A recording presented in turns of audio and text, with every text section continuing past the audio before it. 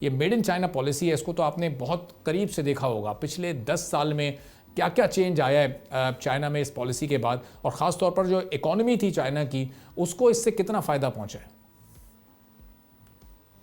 जी, सबसे पहले तो मैं मशकूर हूँ कि आपने मुझे मदऊ किया, स्पेशली इतने इम्पोर्टेंट टॉपिक के लिए। मेड इन चाइना पॉलिसी की अगर हम बात करें, जैसे आपने अपने इंट्रो में भी कहा कि 2015 से इसका की शुरुआत हुई थी। 2018 में हावेवर इसको एक ऑफिशियल जो नेम होता है वो तो शायद उस तरह यूज़ नहीं किया गया। लेकिन आपको पता है कि चाइनीज़ का जो तरीक़ेकार है काम करने का, वो बाज़-औक़ात नाम चेंज करके भी अपनी पॉलिसीज़ को जारी रखते हैं।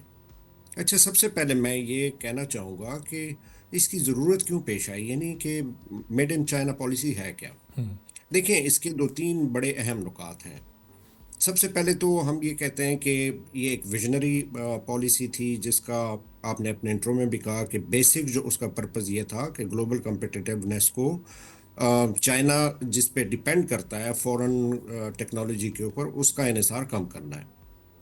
दूसरा इसका इम्पोर्टेंट नुक्ता ये है कि चाइना की जो इंडस्ट्रियल बेस है उसको मॉडर्नाइज करना था, क्योंकि चाइना के बारे में अक्सर ये कहा जाता था कि चाइना जो है वो शायद कॉपी करता है, या मैन्युफैक्चरिंग जो है वो, चूंकि इसका हुजम बड़ा है उसकी वजह से ये ग्लोबल फैक्ट्री है, प्रोडक्ट्स जो है वो कम प्राइस में बनाता है, लेकिन मॉडर्नाइज नहीं कर रहा या शायद इनोवेट नहीं कर रहा। आउट ऑफ द बॉक्स जो है वो थिंकिंग शायद नहीं है। तो ये इस चीज़ को मद्देनज़र रखते हुए इन्होंने इस चीज़ का आगाज़ किया कि किस तरह अपनी इंडस्ट्रियल बेस को सस्टेनेबल बनाना है, स्ट्रेंथन करना है और मॉडर्नाइज करना है।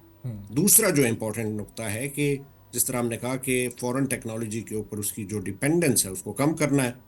फिर इसका एक इम्पॉर्टेंट फैक्टर ये भी था कि जो ग्लोबल ट्रेंड्स थे, लेकिन जिस तरह हम देखते हैं कि आजकल की दुनिया में फोर्थ इंडस्ट्रियल रेवोल्यूशन चल रहा है, जिसको हम फोर्थ इंडस्ट्री भी कहते हैं, जिसमें जर्मनी जो है वो बहुत ज़्यादा लीड कर रहा है, अमेरिका उसमें लीड कर रहा है, और सर्टन बाकी यूरोपियन कंट्रीज़ हैं वो उसमें लीड कर रही हैं। चाइना ऑफ कोर्स उसमें जो है वो लैग कर रहा है, पीछे रह रहा है। और चौथा मैं समझता हूँ कि इम्पोर्टेंट फैक्टर ये था कि चाइना ने जिस तरह प्रेसिडेंट शी जिनपिंग के विजन के अंडर जो सस्टेनेबल डेवलपमेंट है, कार्बन फ्री बनाना है पूरे चाइना को, तो उन्होंने 2030 में इसको कार्बन फ्री बनाना है, और 2060 में कम्प्लीटली जो है वो सस्टेनेबल डेवलपमेंट की तरफ जो है वो ट्रांसफ़र हो जाना है।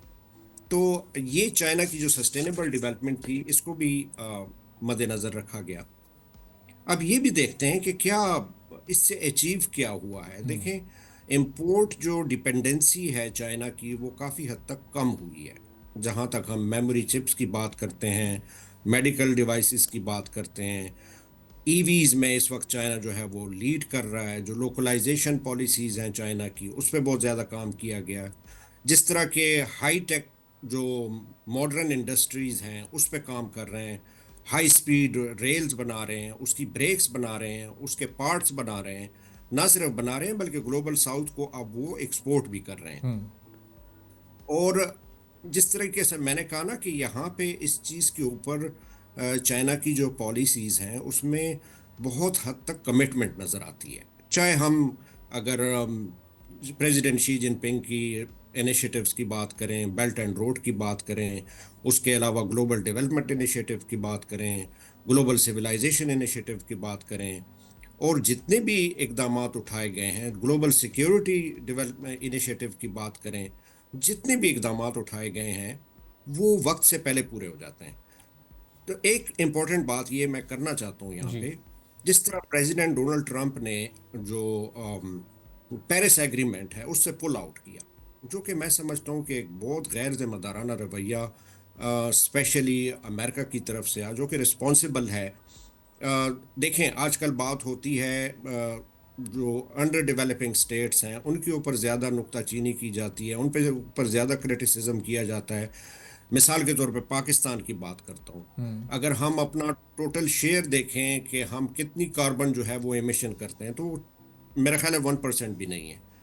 तो इसी तरह चाइना भी है, इस तरह ग्लोबल साउथ की कंट्रीज़ हैं जिन्होंने इस वक्त जो अम, यानी कि हमें माहौलियाती जो हमें ग्लोबल वार्मिंग के जो जी। असरात सामने आ रहे हैं, उसमें वेस्ट जो है वो हमारे ऊपर नुक्ताचीनी करता है, लेकिन अपनी जो रिस्पॉन्सिबिलिटीज हैं, पेरिस एग्रीमेंट से पुल आउट किया, अभी चाइना के ऊपर क्रिटिसिज्म कर रहा है।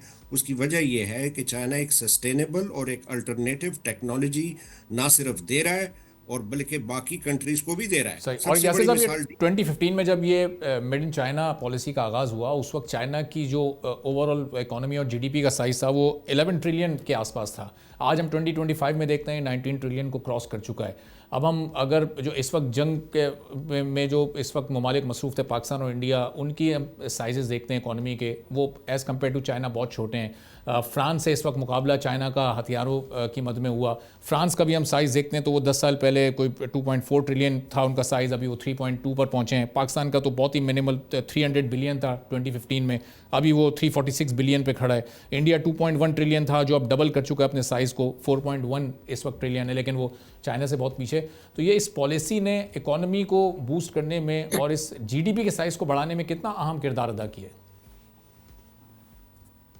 हद तक किरदार अदा किया। उसकी वजह यह है कि चाइना ने बड़ा हैविली इन्वेस्ट किया है अपनी रिसर्च एंड डेवलपमेंट में, क्योंकि आपको पता है कि इसमें चाइना लैग कर रहा था। तो उस वजह से एक डुअल जो पॉलिसी है, यानी कि साइमल्टेनियसली दो चीज़ों के ऊपर बहुत ज़्यादा फोकस किया गया कि एक तो किस तरह स्ट्रीम लाइन करना है अपनी जो जीडीपी ग्रोथ रेट है, क्योंकि आप देखें कि 1978 से 2010 तक तो 9% या 10% जो था वो चाइना का ग्रोथ रेट रहा। उसके बाद थोड़ा सा उसमें कमी ज़रूर आई, लेकिन पिछले 4-5 सालों से हम देखते हैं कि अबाउट 4 to 5% का एक स्टेडी जो है वो जीडीपी ग्रोथ रेट चाइना ने मेंटेन किया हुआ है। तो उसके साथ साथ जो इनकी लोकलाइजेशन पॉलिसीज जिसका मैंने जिक्र किया, उसके ऊपर बहुत ज़्यादा फोकस कर रहे हैं। थर्ड एक इम्पॉर्टेंट बात यह है कि पहले जिस तरह चाइना में फॉरेन टेक्नोलॉजी जिस तरह काम कर रही थी, अगर हम सेमी कंडक्टर चिप्स की बात करते हैं, उसके अलावा मेडिकल जो अप्लायंसेस है उनकी बात करते हैं, अब चाइना ने ये किया कि टेक्नोलॉजी ट्रांसफ़र के ऊपर बहुत ज़्यादा फोकस किया हुआ है। तो जो ड्यू शेयर है जो जेवीज आपस में करते हैं चाइनीज़ कंपनीज अब फॉरेन कंपनीज के साथ, उसमें काफ़ी बेनिफिट चाइना को भी हो रहा है। तो मेरा ख्याल है ये जो एक ट्रांजिशन आया है कि ज़्यादा फोकस जो है वो सस्टेनेबल बनाना है जी। और डिपेंडेंसी जो है उसको कम करना है, मेरा ख्याल है इससे काफ़ी फ़र्क आया है। सब्सक्राइब करें और बेल दबाएं ताकि कोई खबर रह न जाए।